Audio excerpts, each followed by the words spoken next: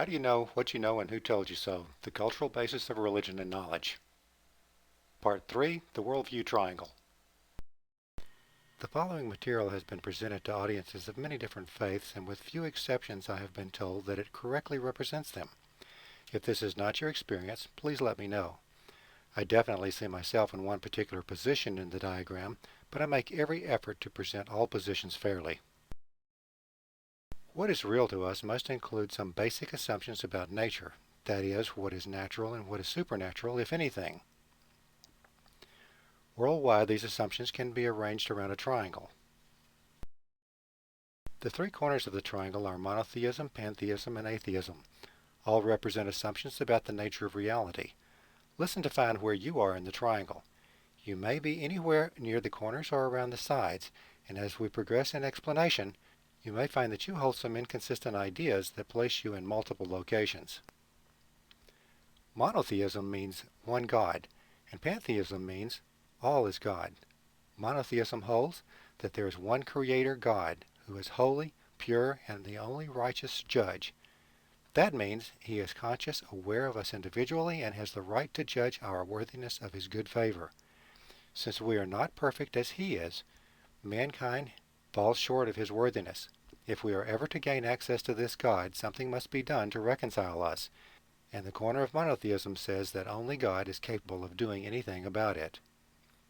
We have nothing to offer a perfect God. All efforts or sacrifices on our part are merely symbolic.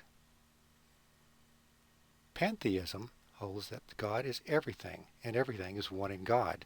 This God is neither personal nor conscious. It is an unknowable oneness. Pantheists therefore do not see themselves as needing to right themselves with a personal God.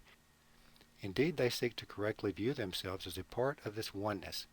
In between is polytheism, which holds that there are many gods in a hierarchy of importance. Polytheists seek the approval of some level of gods, or perhaps aspire to some level of godliness themselves someday. Some polytheists near the pantheistic end of the scale may claim to worship one God, but what they mean is that they choose to focus their attention on only one of the many gods in a myriad of gods. By moving from one personal God through polytheism to pantheism, one acknowledges so many gods and levels of God that they eventually blur into impersonal oneness. Here is another way of looking at this transition. Pure monotheism views the Creator and the creation with the most distinction and separation from us in terms of perfection and power. The more man sees himself as contributing towards or even in charge of his own destiny, the less distinct God is from mankind, to the point that in pure pantheism they are the same and individuality is gone. Looking down the left side of the triangle, atheism means no God, and holds that there is no God to know. Since there is no God and indeed no supernatural at all, everything in the universe must have an explanation that does not require God. Monotheism, by contrast, holds that not only there is a God, but that he actually seeks a personal relationship with us as individuals. He not only sees us, but he is also continually involved in our lives. Between these two extremes is the belief that God can be acknowledged, but he is removed from us. He made the universe, but then he stepped away and left it spinning like a top. We can only know him by his works. The last side of the triangle is a continuum of how we view ourselves in relation to an impersonal universe. Since atheism holds that only the material universe exists, then we are accountable only to ourselves and there is no one to please except ourselves. Since pantheism holds that all that exists is part of God, then the material world and the spiritual world are one. The individual self is an illusion. The oneness is reality. Between these extremes is a range of awareness of an impersonal spiritual dimension and our graduated involvement in it.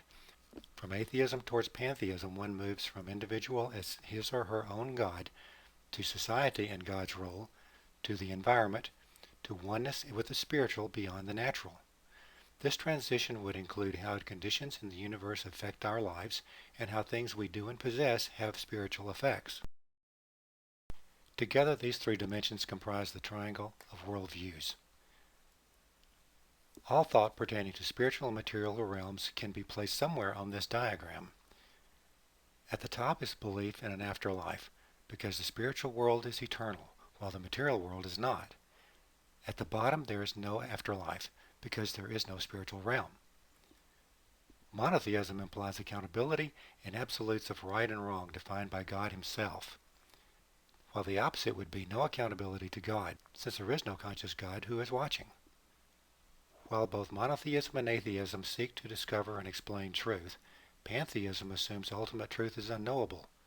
All we perceive is illusion. This triangle is a basic frame for viewing all religious belief systems.